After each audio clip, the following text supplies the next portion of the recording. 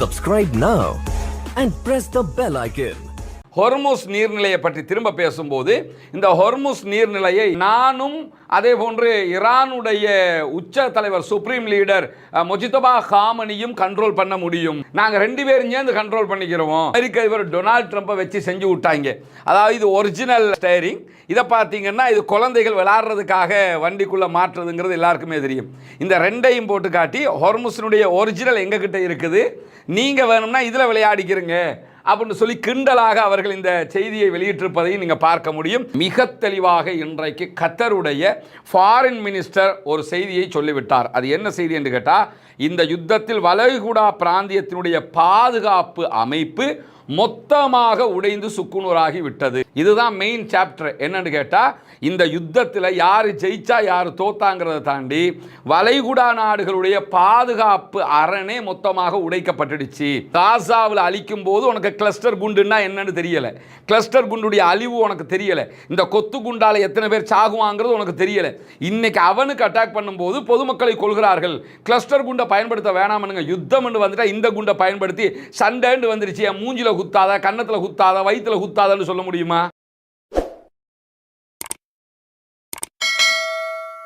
அன்பிற்கினிய சகோதர சகோதரிகளே, நம் அனைவர் மீதும் ஏக இறைவனுடைய அமைதியும் கருணையும் உண்டாகட்டுமாக என்கிற உயரிய பிரார்த்தனைகளோடு பாலஸ்தீனம் மீதான இஸ்ரேலிய ஆக்கிரமிப்பு இராணுவத்தினுடைய 2 ஆண்டுகால யுத்தங்கள் நடைபெற்று முடிந்து இன்றோடு 165வது நாட்களை நாம் கடந்து கொண்டிருக்கக்கூடிய இந்த சூழல்ல இன்றைய நாளிலும் காசாவினுடைய சில பகுதிகளை இலக்கு வைத்து இஸ்ரேலிய ஆக்கிரமிப்பு இராணுவம் சில தாக்குதல்களை மேற்கொண்டிருக்கக்கூடிய செய்திகள் வெளியாகி இருக்கிற அதே நேரத்தில் லெபனானுடைய லிட்டானி ஆற்றை சுற்றி இருக்கக்கூடிய ஆற்றின் மேலால் ஏற்படுத்தப்பட்டிருக்கக்கூடிய எல்லா பாலங்களையும் குண்டு வைத்து தகர்த்து கொண்டிருக்கிறது இஸ்ரேலிய ஆக்கிரமிப்பு இராணுவம் என்கிற செய்திகளும் இன்றைக்கு தொடர்ந்து வெளியாகி கொண்டிருக்கிறது. இப்படியான சூழல்ல நமக்கெல்லாம் தெரியும், ஈரானுக்கும் அமெரிக்க இஸ்ரேலுக்கும் இடையிலான யுத்தம் என்பது எதிர்பாராத பல திருப்பங்களை உண்டாக்கி கொண்டிருக்கிறது.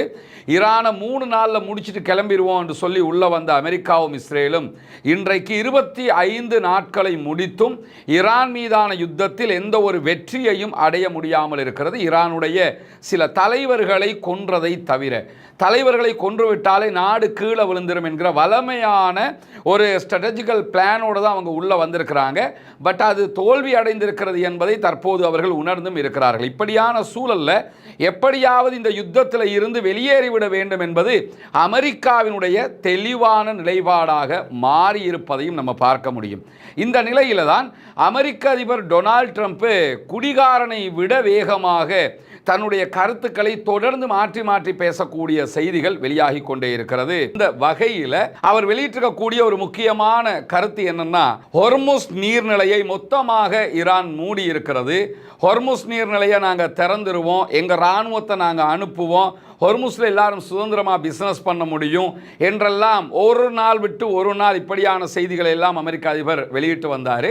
அமெரிக்க அதிபருடைய கட்டுப்பாட்டில் கீழால் இருக்கக்கூடிய அமெரிக்காவுடைய ஃபோர்ஸஸ் சென்டகாம் என்ன செஞ்சாங்கன்னு கேட்டால், நாங்கள் ஹொர்முஸ் நீர்நிலையை சுற்றி இருக்கக்கூடிய ஈரானுடைய பல இராணுவ தளங்களை அழிச்சிட்டோம், எனவே ஹொர்முஸில் சுதந்திரமாக பிஸ்னஸ் பண்ண முடியும் என்றெல்லாம், ஏதோ ஹொர்முஸுங்கிறது உலகத்தில் எங்கோ ஒரு மூலையில் இருக்கிற மாதிரியும் அதற்கும் உலகத்துக்கும் சம்பந்தம் இல்லாத மாதிரியும் பல செய்திகளையும் வெளியிட்டார்கள். ஹொர்முஸில் என்ன நடந்தாலும் இன்னைக்கு உலகத்துக்கு தெரிஞ்சிடும். ஏன்னா உலகமே ஹொர்முஸால தான் ஸ்தம்பிச்சு நிற்குது என்கிற அடிப்படையில் ஹொர்முஸை பற்றிய பல கட்டுக்கதைகளையும் பொய்களையும் திரும்ப திரும்ப சொல்லி பார்த்தாலும் அது மக்கள் மத்தியிலும் அரசாங்கங்கள் மத்தியிலும் எடுபட முடியாத ஒரு நிலையாக மாறியிருக்கிறது. ஈரான் மிக தெளிவாக இருக்கிறது, இனிமேல் யுத்தமே கிடையாது என்கிற ஒரு நிலையை எடுத்து சர்வதேச நாடுகளை வைத்து அமெரிக்கா ஒப்பந்தமிட்டால் மாத்திரம்தான் நாங்கள் ஹொர்முஸை திறப்போம், இல்லாத பட்சத்தில் ஹொர்முஸ் மூடித்தான் இருக்கும் என்பது அவர்களுடைய நிலைப்பாடு. இந்த நிலையில் நேற்றைய தினம் பேசும்போது அமெரிக்க அதிபர் டொனால்ட் ட்ரம்ப் முந்த நாள் என்ன சொன்னார்னா, 48 மணி நேரங்கள் நாங்கள் காலக்கெடு தர்றோம், 48 மணி நேரங்களுக்குள்ள ஹொர்முஸை திறக்கலைன்னா ஈரானுடைய எல்லா மின் நிலையங்களையும் அட்டாக் பண்ணுவோம்னாரு. அதுக்கு உடனே ஈரான் என்ன செஞ்சாங்கன்னா, எங்கள் மேலே அட்டாக் பண்ணால் உங்களுடைய தளங்களை தாக்குறது மட்டும் இல்லாமல் இஸ்ரேலில் எல்லா மின் நிலையங்களையும் அட்டாக் பண்ணுவோம், மிடில் ஈஸ்ட் கண்ட்ரிகளில் இருக்கக்கூடிய கல்ஃபில் இருக்கக்கூடிய எல்லா மின் நிலையங்களையும் அட்டாக் பண்ணுவோம் என்றும் சொல்லியிருந்தார்கள். அப்படி தாக்குதல்கள் நடத்தப்பட்டால் மிடில் ஈஸ்ட் கண்ட்ரிகள் குறிப்பாக கல்ஃப் நாடுகள் இயங்கவே முடியாது, இஸ்ரேலும் இயங்க முடியாமல் போய் தண்ணீர் பஞ்சம் அவர்களுக்கு பாரிய அளவில் ஏற்படுவது மட்டுமல்லாமல் இந்த ஏசி எம்பசி எல்லாம் இல்லாமல் போச்சுன்னா அந்த நாடுகளில் வாழவே முடியாத சூழல் ஏற்பட்டுவிடும். உடனடியாக அமெரிக்க அதிபர் என்ன செஞ்சாருன்னா, நாங்கள் 5 நாட்களுக்கு அதை தள்ளி போடுறோம் அப்படின்னாரு. பிறகு என்ன சொன்னாரு, நாங்கள் ஈரானோட பேச்சுவார்த்தை நடத்திக்கிட்டு இருக்கோம், ஈரானில் ஒரு முக்கியஸ்தரோட பேசுகிறோம்னாரு. அந்த முக்கியஸ்தர பேர் அவர் சொல்லலை. உடனே ஈரானுடைய அனைத்து தரப்புகளும், இராணுவம், ஜனாதிபதிக்கு கீழ் உள்ளவங்க எல்லோருமே எங்கள் யாரோடையும் அவங்க பேசலைன்னு சொல்லி அறிவித்தாங்க. குறிப்பாக பாராளுமன்ற சபாநாயகர் முகமது ஹலீபாப் மிக தெளிவாகவே நாங்கள் இதை புறக்கணிக்கிறோம், எங்கள் யாரோடையும் பேசவும் இல்லை, இந்த மாதிரியான பூச்சாண்டி வெள்ளம் எங்கிட்ட காட்டாதுன்னு அறிவித்தார். அதுக்கு பிறகு அமெரிக்க ஊடகங்கள் அமெரிக்கா பேசுறதே ஹலீபாபோட தான் சொல்லி சொன்னாங்க. இது எல்லாமே ஈரான்காரங்களுக்கு நல்லா தெரியும். ஏன்னா இப்போ அந்த பிரித்தாலும் சூழ்ச்சியை பண்ண பார்க்குறாங்க. அவரோட பேசணும் இவரோட பேசணும்னு சொல்லும்போது அப்போ ஜனாதிபதியை விட்டுப்புட்டு எதுக்கு ஹலீபாபோட பேசினாங்கன்னு சொல்லி மற்றவங்க நினைப்பாங்க. இராணுவத்தை விட்டுப்புட்டு ஏன் அவங்கள்ட்ட போனாங்கன்னு நினைப்பாங்க. உள்ளுக்குள்ள பிரச்சனை உண்டாக்குறதுக்கு தான் இதை பண்ணுறாங்கிறதையும் ஈரான் மக்கள் திட்ட தெளிவாக புரிந்து கொண்டார்கள். இந்த சூழலில் தான் திடீரென அமெரிக்க அதிபர் டொனால்ட் ட்ரம்ப் என்ன பண்ணார்னு கேட்டால், ஹொர்முஸ் நீர்நிலையை பற்றி திரும்ப பேசும்போது இந்த ஹொர்முஸ் நீர்நிலையை நானும் அதே போன்று ஈரானுடைய உச்ச தலைவர் சுப்ரீம் லீடர் முஜிதபா காமனியும் கண்ட்ரோல் பண்ண முடியும், நாங்கள் 2 பேரும் சேர்ந்து கண்ட்ரோல் பண்ணிக்கிறோம், நாங்கள் அதுக்கான சுதந்திரத்தை ஈரானுக்கு கொடுப்போம், ஈரானுக்கு இவன் என்ன சுதந்திரத்தை கொடுக்க, ஈரான்காரன் தான் இப்போ இவனுக்கு சுதந்திரம் கொடுக்கணும், அந்த நிலைமையில் இருக்கும்போது நாங்கள் 2 பேரும் இதை கண்ட்ரோல் பண்ணுவோம்னு சொல்லி ஒரு அறிவித்தலை விடுத்திருந்தார். அந்த அறிவித்தலுக்கு பதிலடியாக இன்றைக்கு ஈரானுடைய ஆப்பிரிக்காவினுடைய செயல்பாட்டு தளம், ஒரு ஈரானுடைய எம்பசி, சவுத் ஆப்பிரிக்காவினுடைய எம்பசி இன்றைக்கு இப்படி ஒரு புகைப்படத்தை வெளியிட்டு அமெரிக்க அதிபர் டொனால்ட் ட்ரம்பை வச்சு செஞ்சு விட்டாங்க. அதாவது இது ஒரிஜினல் ஸ்டேரிங், இதை பார்த்தீங்கன்னா இது குழந்தைகள் விளையாடுறதுக்காக வண்டிக்குள்ளே மாற்றுறதுங்கிறது எல்லாருக்குமே தெரியும். இந்த 2ஐயும் போட்டு காட்டி ஹொர்முஸினுடைய ஒரிஜினல் எங்ககிட்ட இருக்குது, நீங்கள் வேணும்னா இதில் விளையாடிக்கிறீங்க அப்படின்னு சொல்லி கிண்டலாக அவர்கள் இந்த செய்தியை வெளியிட்டிருப்பதையும் நீங்கள் பார்க்க முடியும். அந்த அளவுக்கு அமெரிக்க அதிபர் டொனால்ட் ட்ரம்பினுடைய நிலை ரொம்ப கேவலமான கிண்டலான நிலையாக மாறி இருக்கக்கூடிய சூழல் தற்போது உருவாகி இருக்கிறது. அதை தாண்டி ஈரானுக்கு எதிரான இராணுவ தலையிட்ட முதல்ல ஆரம்பித்தது யாரு என்று சொல்லி, இது அதாவது ஜெயிச்சிருந்தாங்கன்னு வைங்க ஈரானுடைய தாக்குதலை, நான் தான் ஆரம்பித்தேன், நான் தான் ஜெயிச்சேன்னு சொல்லி எல்லாம் நிற்பாங்க.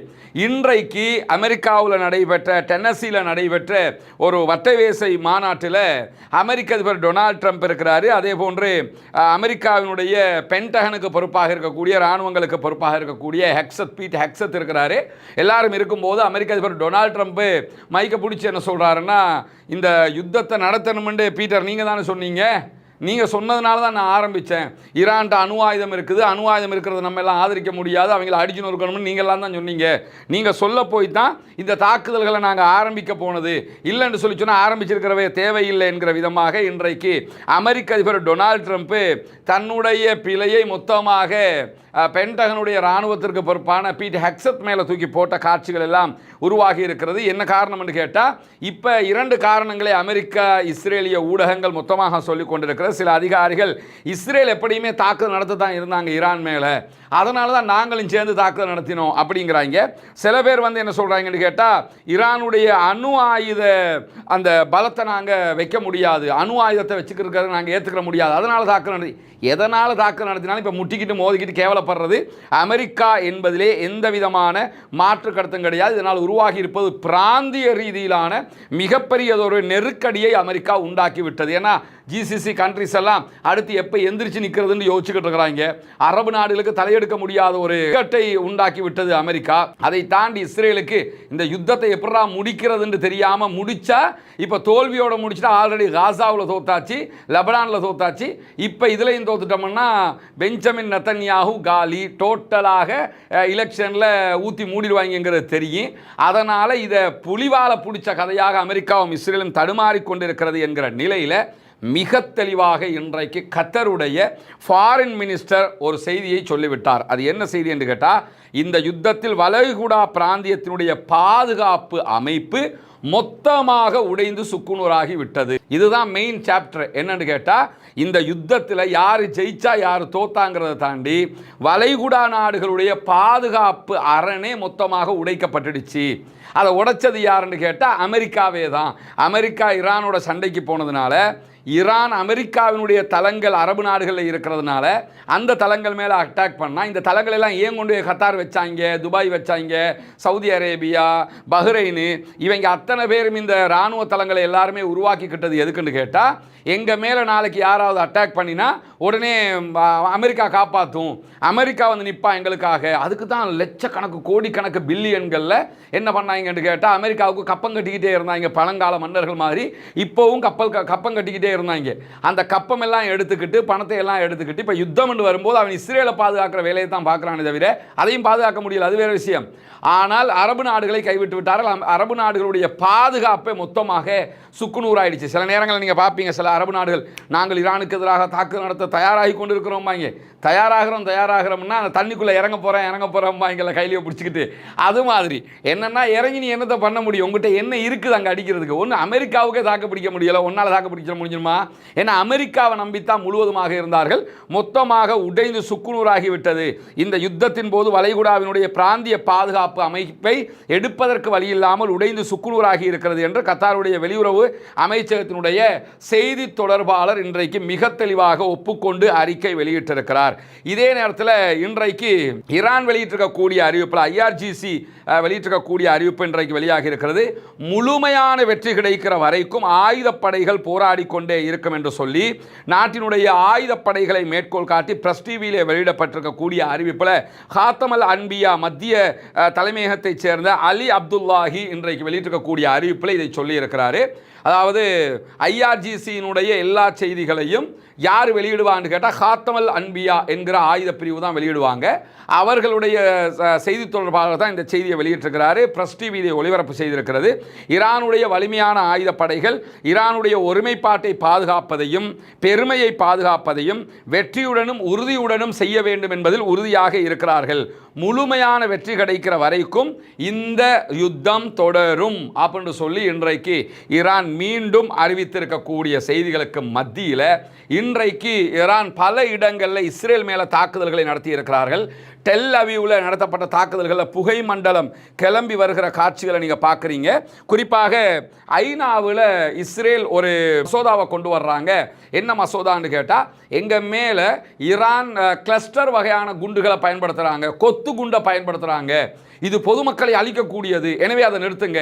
இதே கிளஸ்டர் குண்டை இஸ்ரேல் காசாவில் போட்டது. இதே மாதிரி பாலஸ்தீனம் சார்பாக அல்ஜீரியா ஐநாவில் கிளஸ்டர் குண்டை யூஸ் பண்ணாதீங்க என்று தீர்மானம் கொண்டு வந்தது. அமெரிக்கா அந்த தீர்மானத்தை மொத்தமாக வீட்டோவை பயன்படுத்தி இல்லாமல் ஆக்கினாங்க. காசாவில் அழிக்கும் போது உனக்கு கிளஸ்டர் குண்டுன்னா என்னன்னு தெரியல, கிளஸ்டர் குண்டுடைய அழிவு உனக்கு தெரியல, இந்த கொத்து குண்டால எத்தனை பேர் சாகுவாங்கிறது உனக்கு தெரியல. இன்னைக்கு அவனுக்கு அட்டாக் பண்ணும்போது பொதுமக்களை கொள்கிறார்கள். கிளஸ்டர் குண்டை பயன்படுத்த வேணாமனுங்க, யுத்தம் வந்துட்டா இந்த குண்டை பயன்படுத்தி சண்டைன்னு வந்துருச்சு, மூஞ்சில குத்தாத, கன்னத்தில் குத்தாத, வயிற்றுல குத்தாதன்னு சொல்ல முடியுமா? சண்டைன்னு வந்தால் எங்கெல்லாம் நீ குத்துறியோ அதை தாண்டி எல்லாம் குத்துவாங்க. சண்டையில் எவன் ஜெயிக்க போகிறான், எப்படி ஜெயிக்க போகிறாங்கிறதா முக்கியமானதுங்கிற வகையில் யுத்தத்தில் இந்த ரூல் எல்லாம் எவனாவது ஃபாலோ பண்ணுவானா? அப்போ கிளஸ்டர் குண்டுடைய ஆபத்து யாருக்கு இப்போ புரியுதான்? இஸ்ரேலுக்கு புரியுதான். ஏன்னா ஈரான் போடக்கூடிய கிளஸ்டர் குண்டு எப்படி போடுறான்னு கேட்டால் நம்ம ஏற்கனவே சொல்லியிருக்கிறோம். ஒரு குண்டு 24 ஒரு தலை அப்படி பிரிஞ்சதோட 24 ஏவுகணைகள் மாதிரி பிரியும். அந்த 24 இருந்து ஒவ்வொன்றிலையும் 80 குண்டுகள் பிரியும். மொத்தத்தில் 2000 கிட்டத்தட்ட 2000 குண்டுகள் 8 to 10 கிலோமீட்டர் சரௌண்டிங்கில் போய் அட்டாக் பண்ணும். இதில் இருக்கக்கூடிய அந்த அந்த அந்த ஏவுகணையில் இருக்கக்கூடிய இன்னும் ஒரு ஸ்பெஷாலிட்டியாக அது தொடர்பான இராணுவ வல்லுநர்கள் என்ன சொல்கிறாங்கன்னு கேட்டால், கிளஸ்டர் குண்டுகள் தாக்கப்படும் போது கிளஸ்டர் குண்டுகள் உள்ள விண்வெளியை தாண்டி திரும்ப அட்டாக் பண்ணுகிற இடத்துக்குள்ளே வரும்போது அந்த வர்றதுக்கு முன்னாடியே, அதாவது அந்த தலை விரிவதற்கு முன்பதாக, ஒரு ஏவுகணையில் இருந்து 24 பிரிவதற்கு முன்பதாகவே இவர்களுடைய அயன் டோமோ ஏதோ ஒன்றுக்கு உதவாத சில டோமுகள் வச்சுருக்காங்கல்ல, அதில் இருந்து போகிற ஏவுகணை அட்டாக் பண்ணி அதை அழிச்சதுன்னு சொன்னால் அது அட்டாக் பண்ணாது, அழித்த மாதிரி ஆயிரும். அது பிரிஞ்சதுக்கு பிறகு எந்த ஒரு அயன்டோமாலேயோ தேடாலேயோ உலகத்தில் அவன் வச்சிருக்க எந்த பாதுகாப்பறனாலேயோ அதை தடுக்க முடியாது. அதனால தான் கிளஸ்டர் குண்டு அட்டாக்ல கடுமையான விளைவுகளை அவர்கள் சந்தித்து வருகிறார்கள். தற்போது ஐநாவில் போய் இதை முறையிடுகிற அளவுக்கு நிலைமை மாறி இருக்கக்கூடிய நிலையில் இன்றைக்கு இஸ்ரேலுடைய பல பகுதிகள் மேலே ஈரான் தாக்குதல்களை நடத்தி இருக்கிறது. அதை தாண்டி இன்றைக்கு நடத்தப்பட்ட தாக்குதலுடைய புகைப்படங்களையும் அல் ஜசீரா வெளியிட்டிருக்கிறது. குறிப்பாக அல் ஜசீரா வெளியிட்டிருக்கக்கூடிய செய்திகளில் இஸ்ரேலுடைய பென் குரியன் விமான நிலையம், இது ரொம்ப முக்கியமான ஒரு விமான நிலையம். அந்த விமான நிலையத்தின் மீது ஈரான் இன்றைக்கு தாக்குதல் நடத்தி இருக்கிறது. ஹைஃபா பகுதிகளில் இருக்கக்கூடிய பல வசதிகளை, உள்கட்டமைப்பு வசதிகளை நோக்கி தாக்குதல்கள் நடத்தப்பட்டிருக்கிறது. ட்ரோன் மூலமாகத்தான் இந்த தாக்குதல்கள் நடத்தப்பட்டதாக ஈரான் சொல்லுகிறார். அதே நேரத்தில் இஸ்ரேலுடைய பல அடுக்கு பாதுகாப்பு திறன்கள் என்று அவங்க சொன்னதையெல்லாம் மீறி போய் இந்த தாக்குதல்கள் நடத்தப்பட்டிருக்க. டெல் அவீவுடைய வடக்கு அதே போன்று மத்திய பகுதிகளில் இருக்கக்கூடிய இஸ்ரேலுடைய உளவு நிறுவனங்கள் மேலே தாக்குதல்கள் நடத்தப்பட்டிருக்கிறது. ஏன்னா நேற்று ஈரான் மேலே நடத்திய தாக்குதல்களுக்கு இஸ்ரேல் என்ன சொன்னாங்கன்னா, ஐஆர்ஜிசியினுடைய உளவு பிரிவின் 2 கட்டடங்கள் மேலே அட்டாக் பண்ணதா சொன்னாங்க. இன்றைக்கு ஐஆர்ஜிசி தெளிவாகவே அவர்களுடைய உளவு நிறுவனங்கள் மேலே தாக்குதல்களை நடத்தியிருக்கிறார்கள். இன்றைய தினம் கத்தரில் இருக்கக்கூடிய ஹமத் பின் ஹலீஃபா பல்கலைக்கழகத்தினுடைய பொது கொள்கைகளுக்கான பேராசிரியர் சுல்தான் பராக்கத் என்பவரை அல் ஜசீரா இன்னைக்கு பேட்டி எடுக்கிறாங்க. பேட்டி எடுக்கும்போது அவர் என்ன சொல்றாருன்னு கேட்டால், ட்ரம்ப் இப்போ என்ன நிலையில் இருக்கிறார் என்று சொல்லி சொன்னால், உண்மையிலேயே ட்ரம்பினுடைய நிலைப்பாடு இந்த யுத்தத்தினால சலித்து போய் இதில் இருந்து வெளியேறதுக்கு ஒரு வழியை தேடிக்கிட்டு இருக்கிறாரு. இந்த யுத்தத்தில் அவர் இனிமே எப்படா தப்பிச்சு போகிறங்கிற ஒரு நிலையில தான் தற்போது அவருடைய நிலைப்பாடு இருக்கிறது என்று சொல்லி இன்றைக்கு குறித்த பேராசிரியர் சொல்லுகிறது மட்டுமல்லாமல், யுத்தத்தை நிறுத்துகிற முடிவு அவருடைய கையில் இல்லை என்பது அவருக்கு தெரியும். அது இஸ்ரேலுடைய கையில் இருக்குது. ஏன்னா யுத்தத்தை ஆரம்பித்ததும் இஸ்ரேல் தான், யுத்தத்தினுடைய முடிவையும் இஸ்ரேல் தான் முடிவெடுக்கும். ஏன்னா அந்த ஜூவிஸ் லாபிங்கிறது அமெரிக்காவில் உச்சமாக இருக்கிறது. அமெரிக்காவினுடைய எல்லா செயல்பாடுகளையும் முடிவெடுக்கிற அளவுக்கு யூதர்கள் தான் இருக்கிறாங்க. அதனால் இந்த யுத்தத்தில் முடிவையே யூதர்கள் தான் முடிவெடுக்க வேணும். அமெரிக்கா வெளியேற நினைக்குது, ஆனாலும் யுத்தத்தை நிறுத்துறதை பொறுத்தவரையில் இஸ்ரேல் நினைச்சா மட்டும்தான் அதை முடியும் என்று சொல்லக்கூடிய ஹமத் பின் ஹலீஃபா பல்கலைக்கழகத்தினுடைய பேராசிரியர் மேலதிகமாக என்ன சொல்றான்னு கேட்டால், இஸ்ரேலுடைய பாதுகாப்பு அமைச்சர் நேற்று ஒரு செய்தியை சொல்லியிருந்தார். அதை சுட்டி காட்டுறாரு.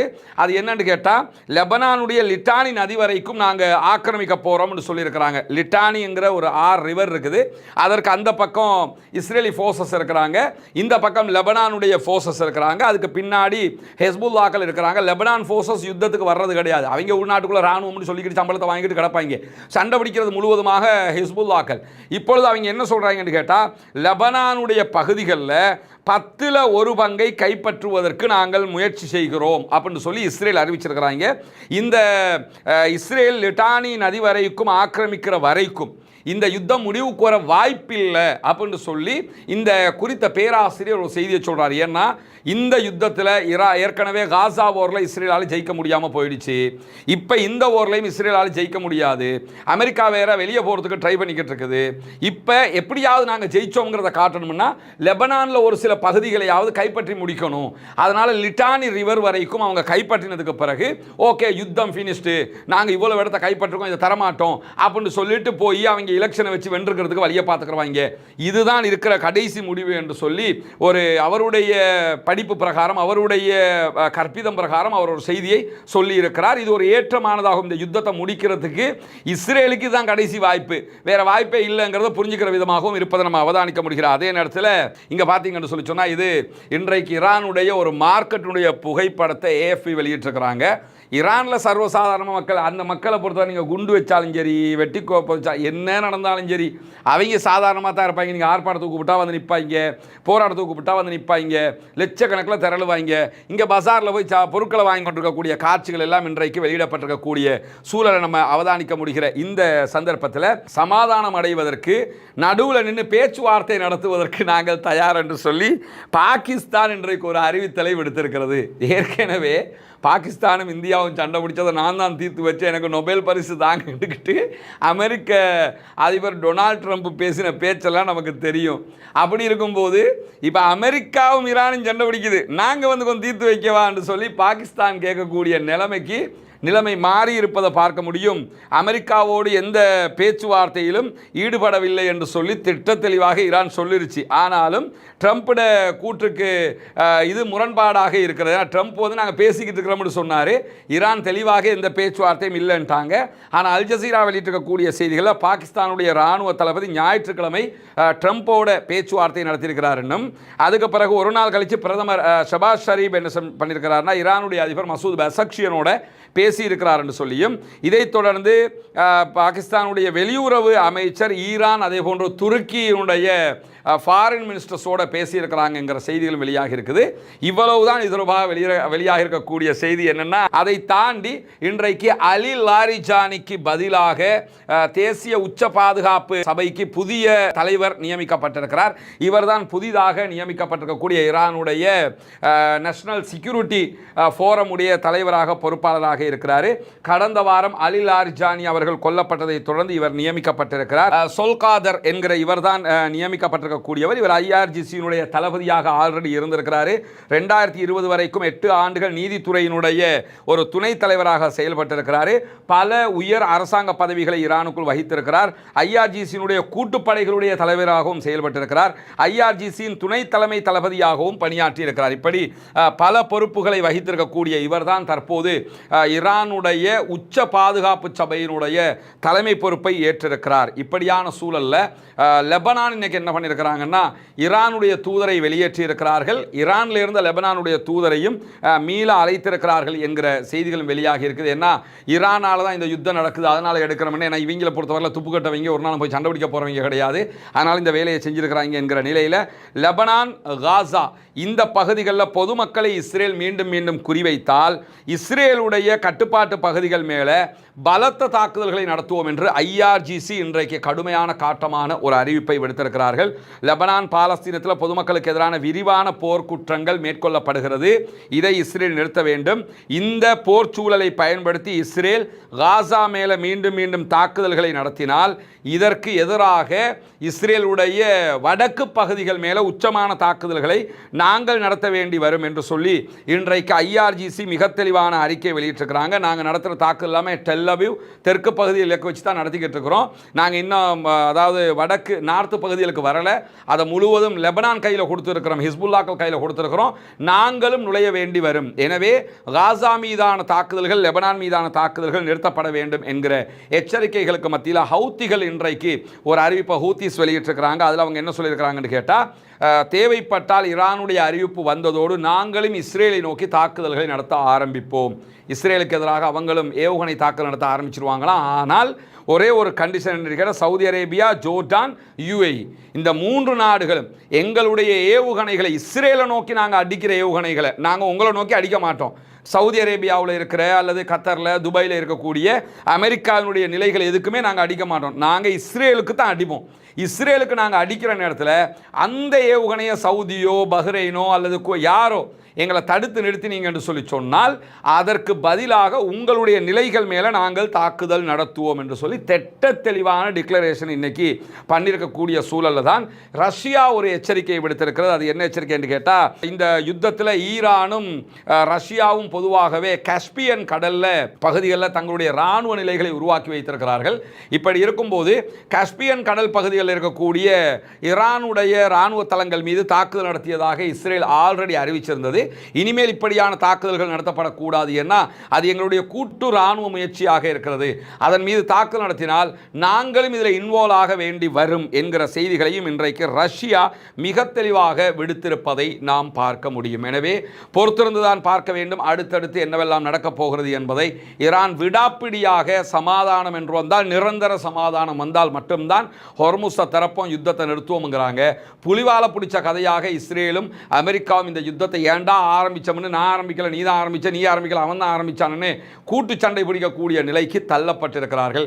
என்ன செய்வது அடுத்து என்பதை தெரியாமல் அரபு நாடுகள் திகைத்து நிற்கிறார்கள் என்பதுதான் இப்போது இருக்கக்கூடிய லேட்டஸ்டான அப்டேட்டாக இருக்கிறது. அடுத்தடுத்த செய்திகள் வருகிற போது உங்களிடத்தில் கொண்டு வந்து சேர்ப்பதற்கு தயாராக இருக்கிறோம். தொடர்ந்து நிறுத்தப்பட வேண்டும். ஈரான் மீதான அப்பாவிகள் மீதான தாக்குதல்கள் உடனடியாக நிறுத்தப்பட வேண்டும்.